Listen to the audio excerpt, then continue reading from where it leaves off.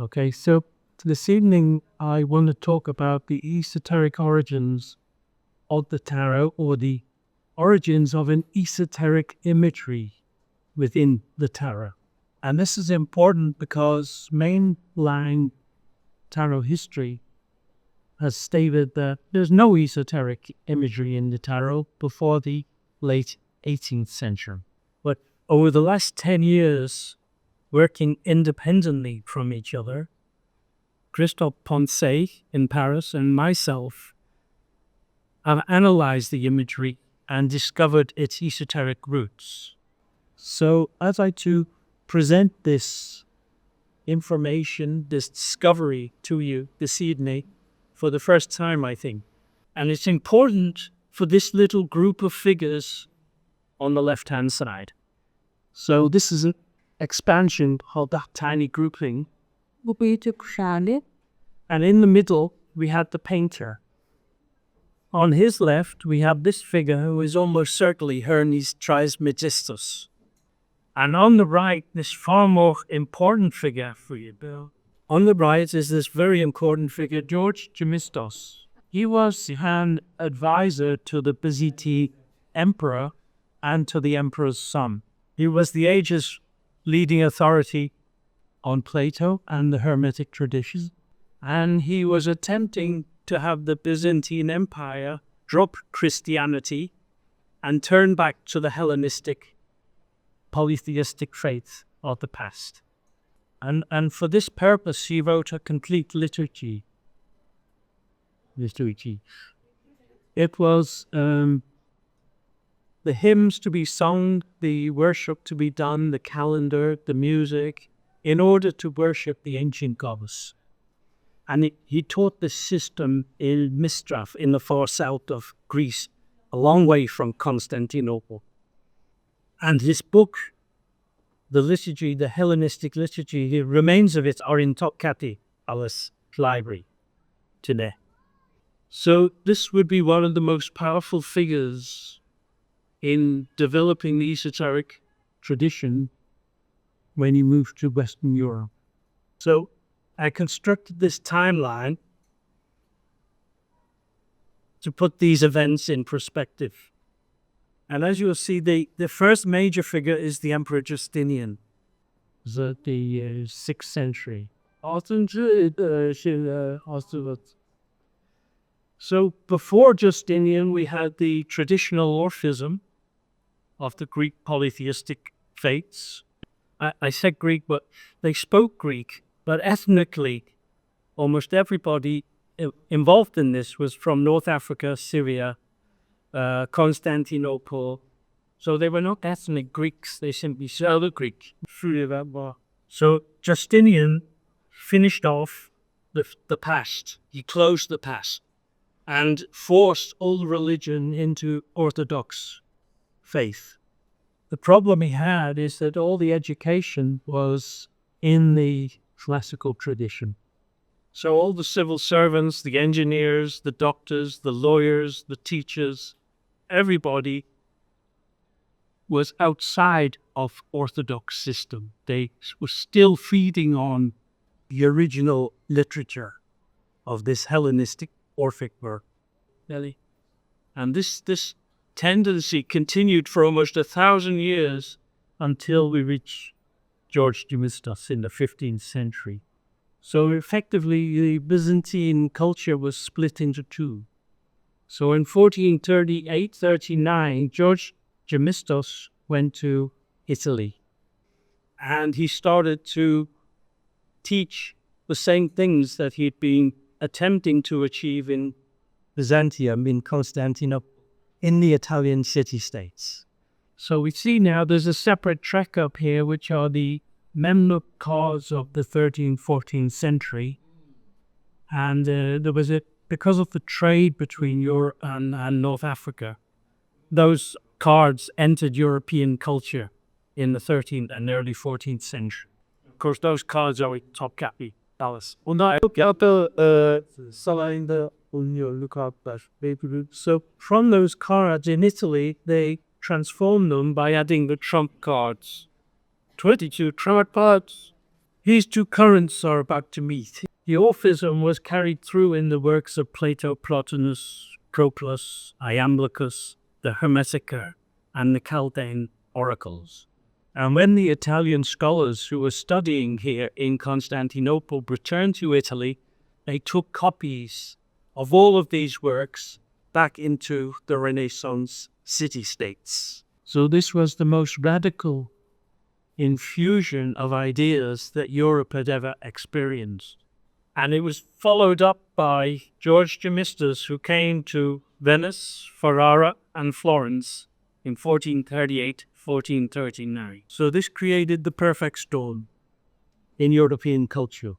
So all of this was transmitted through Constantinople from here and triggered second Renaissance.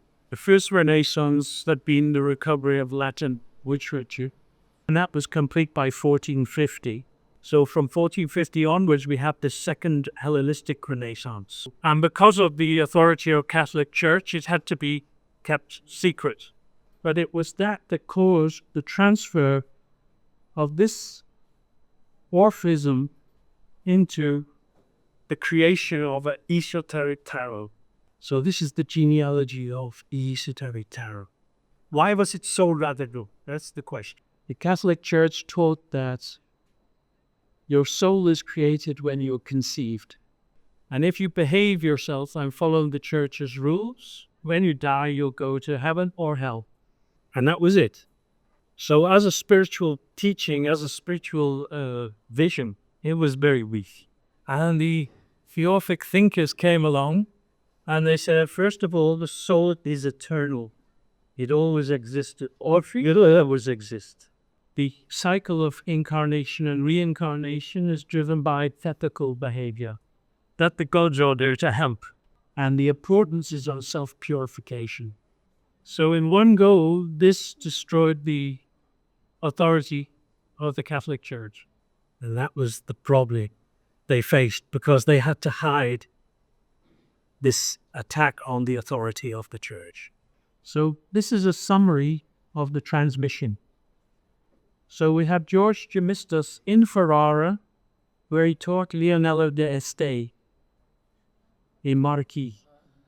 And one of the most powerful figures at the d'Este court was Pellegrino Crisciani, Polymath, Renaissance Polipari. Crisciani designed the Solibusca Tarot. Coming the other side, in Florence, Cosimo de' Medici was influenced by George Gemistus directly. The problem we have here is that this was not just an academic exercise. It changed the way people thought about life and about their spiritual life. And what Christophe Poncet has argued is that Ficino was directly responsible for the Tarot de Marseille. My work has been on the Ferrara leg of this transmission. Christophe has been on this Marsilio Ficino. I want briefly to look at a couple of the proofs of this thesis. In a castle in Hungary, the Esztergom Castle, after 1930, they found these frescoes. They'd been buried for the previous 340 years. So the last time they were seen is in 1595, something else. And when we look at them closely, we'll see first thing is that style is of Sandro Botticelli. And when we compare them to the tarot card, as you can see, it's almost identical. Whereas the conventional depiction of temperance on the far side, the Polyololu, is completely different. Stylistically, these two are deviant. So this raises another question about the relationship between Ficino, who had a Hermetic academy in Florence, of which Sandro Botticelli was a member, and King Matthias Corvinus of Hungary, who asked Ficino to come and live at his court and teach him the Platonic and Orphic tradition. So there's a very close relationship stylistically and conceptually. So this card was designed in 1760. And by that time, these frescoes have been buried for 340 years. So where did they get the design from? There must have been an earlier version of these cars, designed almost on the same basis as the fresco by the same artist. We look just one more of these. This is the Justice card. This is the sharp fresco. And again, stylistically identical, and quite different from the Renaissance art. The painted art. So what Christophe Poncet has been looking for, where is the missing tarot connecting 1470 and 1770? 300 years gap. And we'll see in the cards of 1760 that the Platonic or Orphic tradition is already encoded within. Orphism was teaching us that soul enters incarnation and exits incarnation. But in this tradition, the entrance was in the constellation of Cancer, ruled by the moon, and ascended from incarnation back to the source through Capricorn, ruled by Saturn. And you can now make sense of this card as depicting the entry point of the soul into this darker realm ruled by the moon. And similarly, because they had this problem of the Christian authorities checking on what they were doing, they have to use this concept of last judgment for the ascent of the soul. So in effect, using a Christian concept to cover this heretical idea of the eternal cycling. This was one of the central allegories in Plato's Phaedrus. It's called the allegory of the chariot. And so if you've ever wondered why is there a chariot card in the tarot, it's to represent this key idea in Orphic doctrine. And Plato called this chariot Hermetic. And why he called it that is to give you the idea that what he's describing is the subtle energy body. So the soul is embedded within an energy body. It is drawn by two horses. One horse is rational, the other horse is instinctive, and the imbalance between our drives and desires and our rational thinking changes the way we can progress in our spiritual life. So Plato specifically describes this horse as ill-formed and unruly, so that whereas the chariots of the gods are perfectly harmonious and can therefore ascend to the highest vault of heaven and look beyond the celestial realm into the hypercelestial space of the source, we are left with unbalanced horses. So our spiritual ability to ascend the height is limited by that constant battle between instinct, desire, addiction, and our good sense that tells us not to do that. So we have to recall that what Plato is talking about here is the energy body. And what the Orphics were saying was that by purifying the energy body and bringing it into balance with itself is the road to spiritual development and spiritual ascent. So this is the deeper teaching behind this card. One more proof is that the figure of the chariot here has these two heads on his shoulders. And in Marsilio Ficino's commentary on Plato, he introduces this idea of two heads. Okay, so we can now say specifically 1470, Marsilio Ficino, Florence. That's where the design was made. So we move on now to another couple of cards. The vision of the source, I'd call this.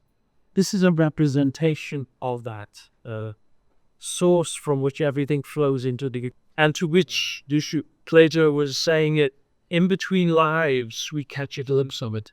So that when we see something, a person, a place, or a thing that is beautiful for us, he says our feelings are stirred up because of the memory of the source, which was supremely beautiful, and we witnessed or glimpsed 3 lives.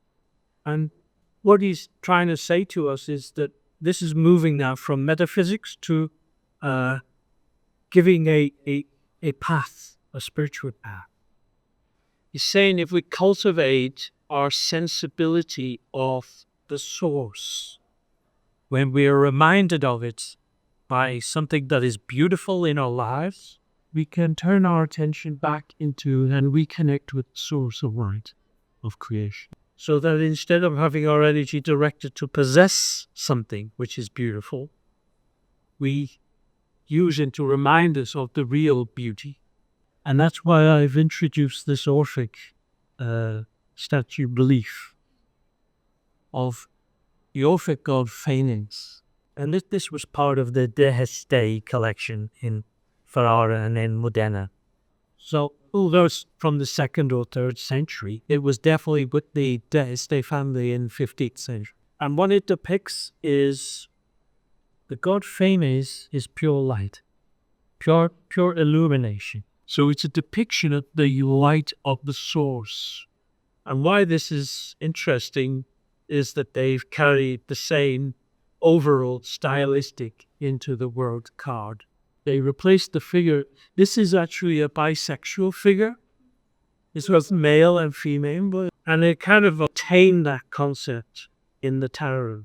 When the scarf is almost a little like the snake spiraling around.